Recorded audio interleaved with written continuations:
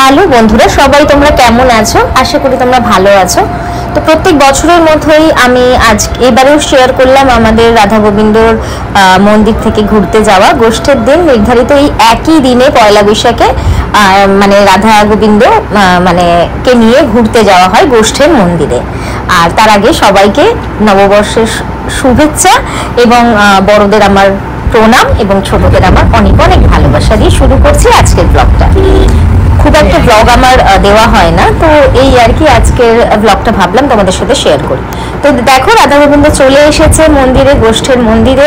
প্রতি বছর এই দিনেই এই মন্দির খোলা হয়। এটা একটা কি বলবো, অভূতপূর্ব একটা নস্টালজিয়া একটা কাজ করে, যেটা যার জন্য আমরা এখনো মানে আমার বাবা, তার বাবা, তারা মানে দীর্ঘ মানে তিনজন পূর্বপুরুষ আর কি আগে অলরেডি এটা করে এসছেন। এখন আমার বাবার এবং তারপরে আবার আমরা, মানে 4 পিঢ়ি ধরে আমাদের এইটাই চলছে। এটা ঠিক দেখো, কসবা রথতলার যে মেলা হয়, এই কসবা রথতলারই এটা পুজো। এই মন্দিরটা প্রতি বছর দেখো, এটা নিয়ে 201তম বছর আর কি। প্রতি বছর এই পয়লা বৈশাখের দিন খোলা হয় এবং সেখানে যিনি রথবাড়ির আছেন উনি এই পুজোটা করেন। আমি আগের ব্লগেও সেটা শেয়ার করেছিলাম আগের বছরের।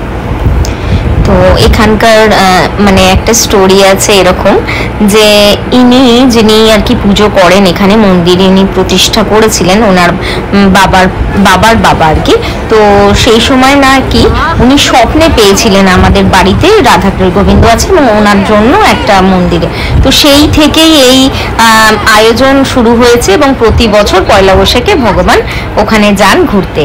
তো ভালোই হয়েছে, সবারই তো ঘোরার জায়গা আছে, তো আমাদের মন্দিরে সবসময় ভগবান বসে থাকেন, তা তার জন্য একটা ঘোরার দিন বরাদ্দ করে নিয়েছেন।